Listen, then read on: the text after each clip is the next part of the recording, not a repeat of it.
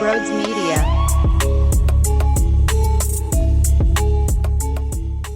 Don't do this to me. Do not do this to me. They're not that good. We know the Phillies are not that good. But damn it, you can't be losing to the Nats. We know we've been joking the last week and a half, pretending that they may have a chance.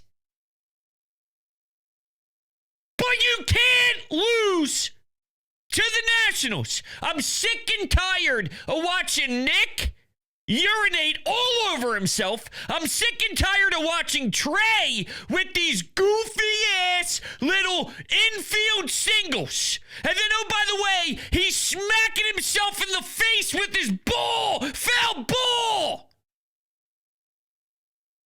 It's not going to be good enough. Bunting with Sosa, not going to be good enough. Rob, I got zero issues with giving Luzardo the 7th with how he was pitching through the first 6. 80-something pitches. No. If Rob yanked him at 80-something pitches after that 6th, you would have murdered the manager. You would have killed him. The issue was in the 7th when you saw guys getting on, get off your ass, go make a decision, get somebody up. Why am I listening to the manager for the second time in the last week and a half or so throw out the comments about, we should have had someone. No shit! Obviously. Now the margin for error, I thought it was thin before. It's even thinner now. You have to win the next 3 games. Splitting? I mean, it's got to be you demolishing the Nationals the next fucking 3 games or else. Because if you think you're going to satisfy us and tickle our nutsacks coming back to Philadelphia going 2-2, and that's all great. Oh, go scratch. You all make me sick. And I'm mad at Luzardo, too. Don't fall apart. Don't walk ice. Even a garbage team like the Nationals can make you pay if you're just handing out free passes left and right. It's a joke. Even when they took the 1-0 lead. Sure, manufacture runs. Have fun screaming that from your basement. 1 run's not enough. Bryce is back to not being right. We had the mini search, which I always talked about, how when you get rest and then you play your first series, your second series, you may feel fine. What happens 2 or 3 weeks of 4 at-bats a day? By the way, you have to carry the workload of a superstar. That's the expectation. How do you feel then? My guess is that wrist is bothering him. If I had to throw out an assumption, Bryce is in pain. And here's the kicker, if he's not, I got to imagine he is, though. That wrist destroyed him early. Then he found a mini pocket. And now he's back to not succeeding. I got Nick going over. All due respect to JT. He's not a cleanup hitter. He's a 7-hitter kind of guy. Okay? When he's doing his best. You can't have him cleaning up and take yourself seriously. That's not a right-handed bat that is supposed to protect Bryce Harper. He's going over. And again, what happens is, with Brandon Marsh, for example, now he's batting, 5th in the lineup? Winning a World Series. The equation is it Brandon Marsh batting 5th. What's happening now is people are leaving roles that work for them. Brandon Marsh being awesome, being electric, finding ways to get on base, hitting over 300 for a certain period of time. There's a reason it hits emotionally when he bats 8. When he bats at the bottom of the lineup. But because others aren't doing their job, you have to put the guys that are smoking red hot all the way up to basically the meat and potatoes of your order. Now they have to be production guys or else you're screwed, instead of being a complementary piece as an 8-hole hitter. It's completely different. And I think that's hurting them too. You can't lose to the Nationals. Don't do this to me. You lay a monster egg with the chance to take the series on the road against Cincy and go 5-1 in a 6-game span against 2 respectful teams. You put out a disgraceful effort, throwing the ball around the diamond like your children. And this is how you follow it up. And I swear to you, if I hear one comment and one word about the travel, shove the travel up your ass. I don't care. The Nationals blow. They are a terrible team. Oh, they got you. Shut up. If your team has to worry about the youth, okay, of the Washington Nationals, you suck. That should never stop you and get in your way of accomplishing your goal of being a champion if you're a real championship caliber team. So please. Now you got wheels on the bump tomorrow. They're going into that 6-man rotation, by the way. We'll see how that helps and how maybe some guys get uncomfortable with it. I'm excited to see Nola on Sunday. I think he's going to shove. Part of it because the competition sucks, and the other part is I think he's healthier again. Now with wheels, if it's not precise, and if balls are leaving the ballpark and you're getting crushed against this team, I know you're not performing well. It's time. It's time to stop the bleeding. Think about it. We finally had 4 games in a row that gave us joy. That was fun baseball. There's no sugarcoating it. Those 4 games, it brought life to the party. They followed it up in the only fashion that the Phillies know how to, which is legitimately throwing up and vomiting all over themselves. Their clothes are just covered in puke. You're at the bar, and you think you can make it by, throwing a couple more tequila shots back, but real quickly you realize, oh, this is coming back up. All over yourself. It's unbelievable. Thanks. There's a few things here. In the 9th, I mentioned I hated Sosa bunting. Stop!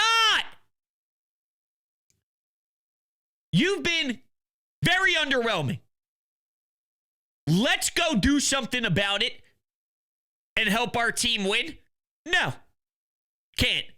But you do get a base runner on 3rd. So with all the criticism, right? I'm mad at Stott. I'm mad at Sosa. Here's reality. Game on the line. $300 million man. Mr. 3 singles already in the day. Get a base hit. You are brought in here to be a game changer. You're supposed to put this team into a different category from where they were and elevate the group. Win us a ball game. Instead, did you see the pitch he swung on to end the ball game? Did anybody feel with Trey walking up, they got this? We actually played out a hypothetical before. A very similar hypothetical that just actually played out in front of our eyes. If Trea Turner, and by the way, just to put it in perspective, This is a game in August against the Washington Nationals when you have a nice lead against a Mets team that is horrible. Okay? How do you think you'd feel game 5 of an NLCS when the other team, I don't know, let's say the San Diego Padres are going to their pen? The Nationals, in their current state of life, and the Padres on the road, NLCS game 5. Okay. But the scenario was game on the line, Trea Turner. Do you feel a superstar is at the plate?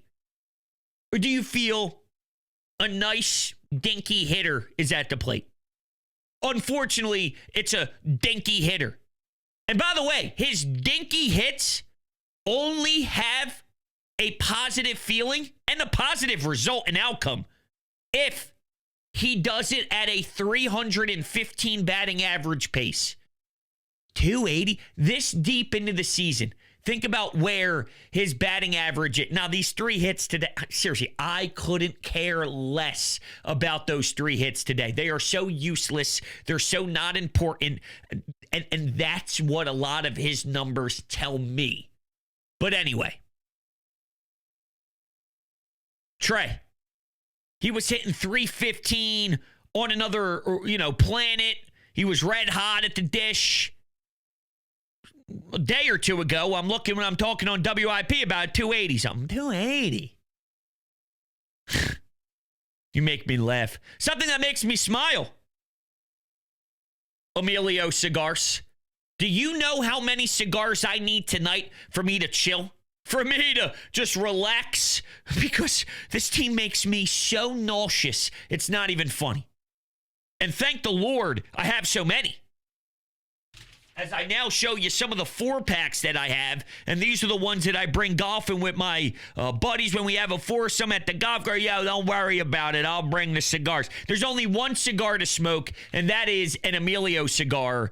Old school roots, new school attitude, made at the Fábrica Oveja Negra in Nicaragua. This is seriously the best cigar to ever touch your lips. Locally owned, 3rd generation. And right now, you can get 10% off your purchase by clicking the link down below in the description, utilizing the code BRODES10 for 10% off. So if you are a cigar smoker and you do play golf or you do head out to your family parties and, you guys sit around the campfire, sit around the pool and enjoy something outstanding, make sure you check out Emilio Cigars. It has changed my life for the better by a billion because I've tried some other ones out there. Nothing even compares. It is so smooth. It is so sensational. It is so dynamic.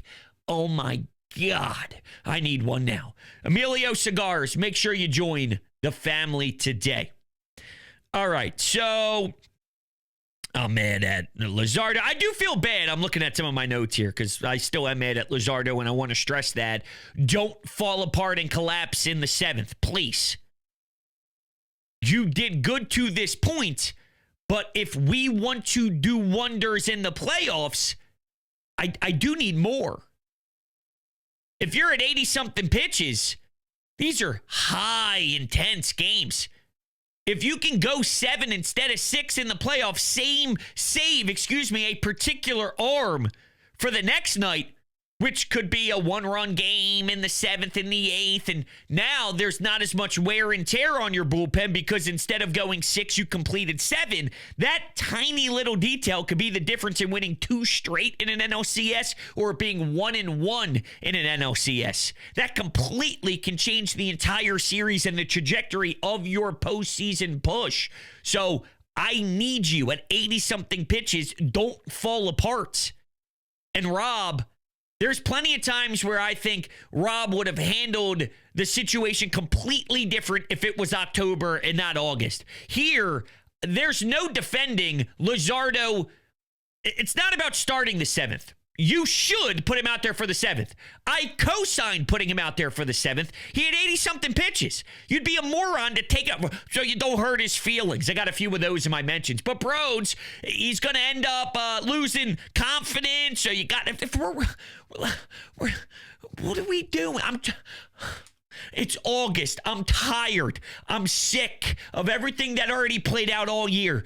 If you don't have it now, I'm not confident. I should be trying to fix his confidence 2 months ago, 3 months ago. Now it's go time. It's mid-August. It's time to push it into gear. Oh, man. But once he's walking guys and there's a lot of base runners, how are you consuming this mess and slop and not moving? Move.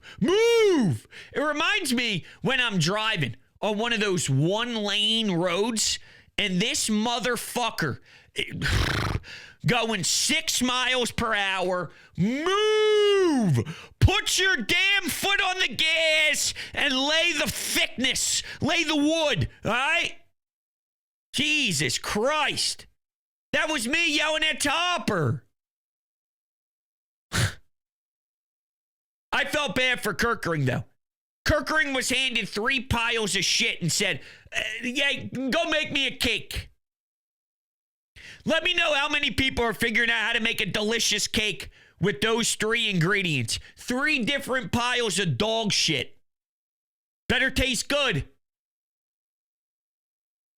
So there was no winning that. Really. If he did, hallelujah. But most teams are going to pounce. Unlike the Phillies, if you get a few base runners, if you need a timely hit, you will get stranded. A 1-0 lead should have been 3-zip. Should have been 2-zip.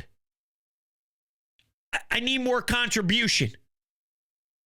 And here's something I don't want to hear before we get to a couple anytime hotline calls. I don't want to hear, yeah, but Luzardo had so much stress because the game was close, and it would be nice if he had more separation so he could just throw and not have stress. It's August. Mid-August. It's time to go win a championship. If you can't handle stress, then what the hell are you going to do when it's cold and it's September and it's October and it's fall? What are you going to do then? That's stress. This is stress? Seriously? A game against Washington? Head should be down. Pursuit should be locked in. Let's go. Stress. Now, the offense was a problem. My point is, so was Luzardo. And so is the inability to handle a close game. If it's a close game, it's a close game. Get through the 7th. It's a close game. You don't think there's going to be close games against the Mets, the Dodgers, the Reds, whoever sneaks into the wild card? You don't think there's going to be pressured 1-run games where I need you to get through a 6th or a 7th? Come on, man. I don't think I'm setting the bar too high. If they actually have what it takes. The thing is, I know they don't have what it takes, so maybe I'm asking that. It goes back to Furkan, and poor Furkan Korkmaz, who gets thrown under the bus and catches strays with me until I'm dead. I'll be in a coffin. I'll be still throwing shade at Furkan Korkmaz. But I'm not going to ask Furkan Korkmaz to be Michael Jordan, because guess what? He's not. Well, then what I got to do is stop asking this team to be a championship team, because they're not. Which then changes the whole direction of the conversation, because then that's not okay. But you know what I've been doing. I've been playing. Okay, I've been trying. This is what I know as a Phillies fan. I could put my head down at night and say, I tried. I tried to talk myself into it, and I literally did. I didn't half-ass it. I just couldn't be naive. I knew that they were fundamentally flawed from the core. I knew that there's 7 billion issues with this group, but I said, what the hell? Let's give it a whirl. But I wasn't stupid. I tried. And I gave it my all. It lasted 4 baseball games. I guess you could make the argument surprising that it was 4. 4, that's a lot. Probably good for 2 with this group. I'm not stunned. Did I expect it to go 8? Did I expect it to go 9? No. I'm right where I expected to be. Ay, ay, ay. All right, let's take a couple anytime online calls, shall we? What's up, Brodes? Another loss to the Nationals today. 3-game losing streak. But Good. I just gotta say, Bryce Harper, he does not look right at the plate right now. I don't know if he's dealing with an injury, if he's just, I don't know what's going on, if he's just not having it right now. But I think, I'm willing to give Bryce a longer leash because it is Bryce Harper. When he's on, he's one of the clutchest baseball players I think in the league. But right now, he doesn't have it, and this team really needs the best players to produce. And, I think everyone's talking about Nick Castellanos, and rightfully so. He's been pretty bad as well, but Bryce also, he needs to pick it up in my opinion, But let me know what you think, Brodes. Another horrible loss. 100%. No, you nailed it. 100%. You're correct. Bryce Harper needs to be a championship caliber player. Yes. The reason why we started to turn the momentum and turn it into the right direction is because, well, you had an MVP candidate in Kyle Schwarber, lighting the world on fire, and right behind him was Bryce. It started with those two. It started with them as the foundation. From there, guys filled out and played their particular role.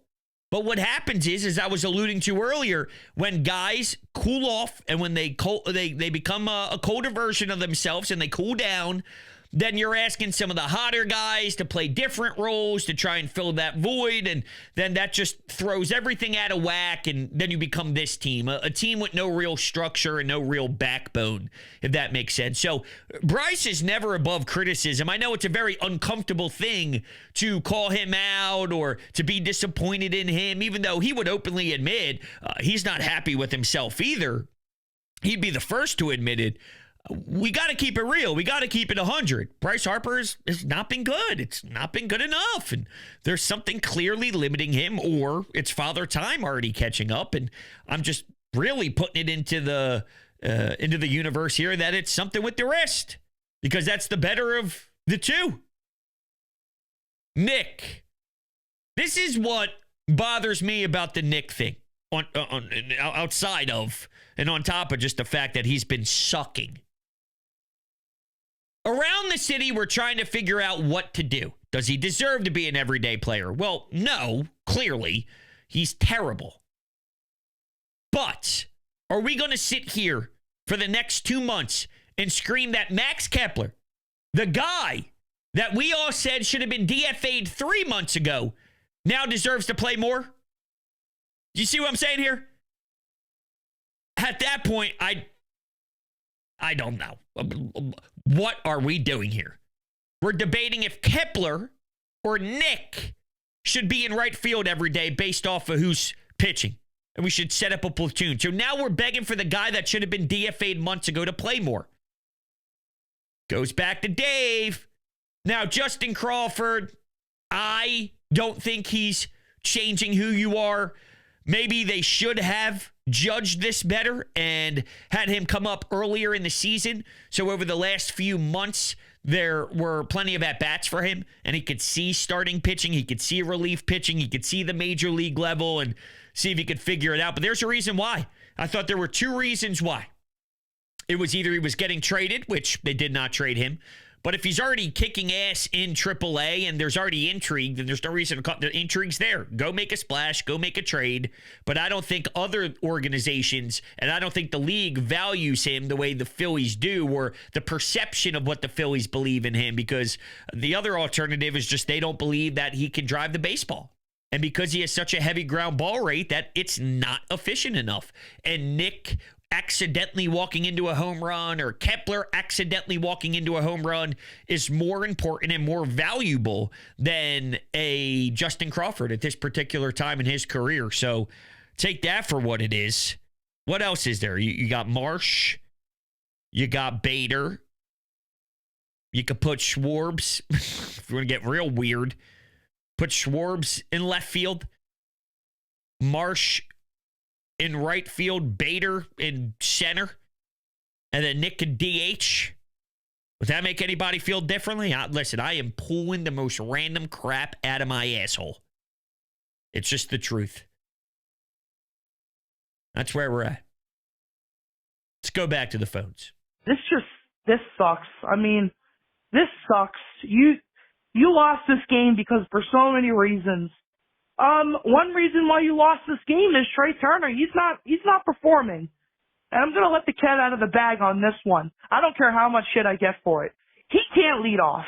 I'm sorry. I don't know if it's Thoat that can lead off or Schwarber. He is a complete wrong answer to lead off. He's swinging at pitches that's going to hit him at this point. He's just hacking away. I don't have any words for him leading off at this point. And another thing that really bit me today was at the deadline, there were some people discussing that Castellanos should have been traded. I'm now starting to believe that. He sucks. And I'm at the point where there's been so many situations this game where you could have gotten something going and Nick Castellanos is just striking out on pitches in the dirt. Like, I am just so over this fucking team. GG's. I understand. I do. Yeah, there's always speculation about Nick Castellanos having intrigue around the league, and maybe it is Dave Dombrowski planting the seed with the media and hoping that somebody bites. Well, if Team X, Y, and Z are interested in Nick, we might as well do our homework too, huh? They obviously play that game for leverage as much as possible, and maybe he's just flirting it out there to see. He's got a little worm on a reel, and he's just wiggling it around and waiting for some largemouth bass to bite on it. The problem is nobody is, just like nobody bid on Alec Boehm. But my conspiracy theory for that is he did have reasonable options for Boehm. He just valued Boehm way out of his league, which then hurt what he thought was fair value.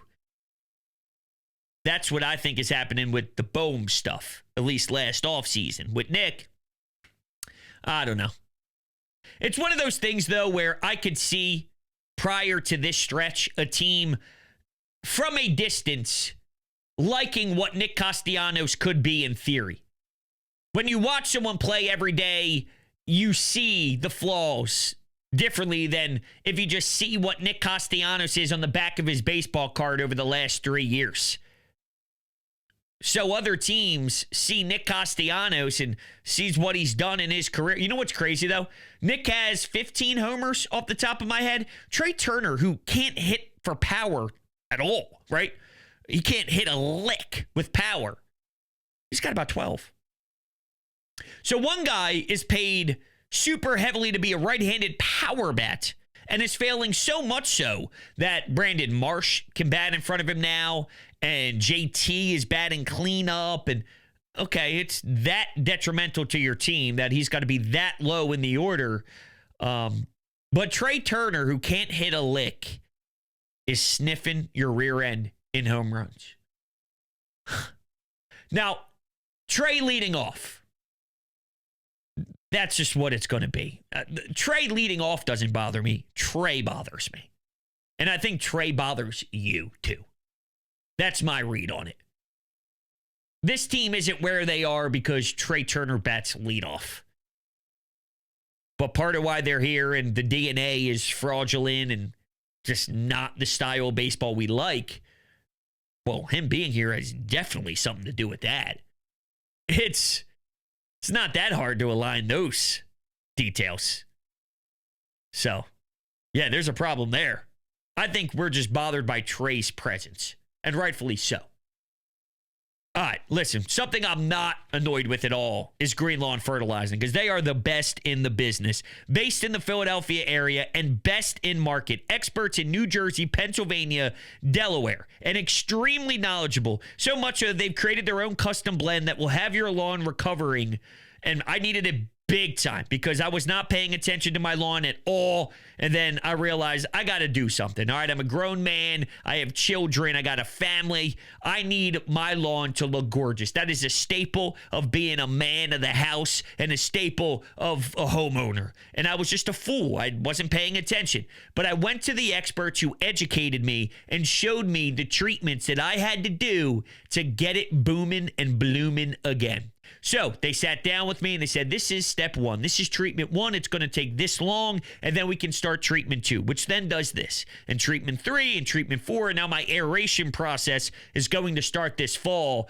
And I'm super excited to see the progress. It really is a cool journey to watch. So Green Lawn Fertilizing is here to help. If you click the link down below in the description, you get 50% off your first 2 treatments. That's 50% off your first 2 treatments.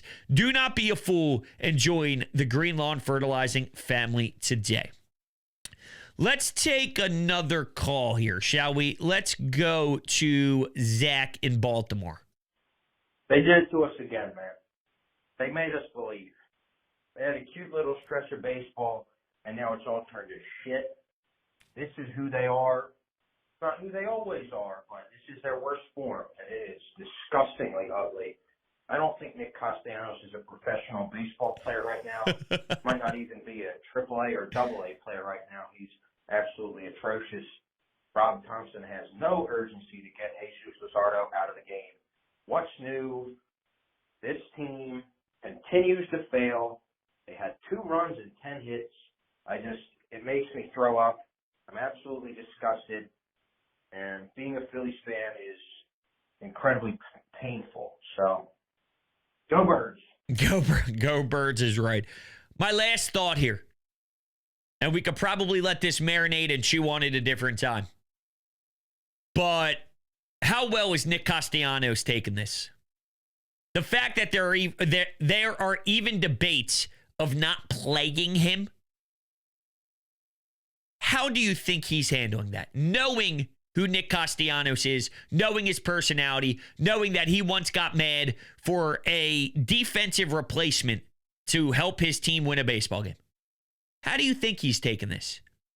And let me know if you think that's impacting the clubhouse at all.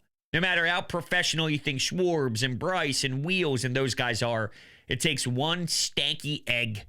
Is that even the phrase? No clue. Thank you guys all so much for kicking it with me. I greatly appreciate it. We will talk on the next one. Go Birds is right, Zach. Damn.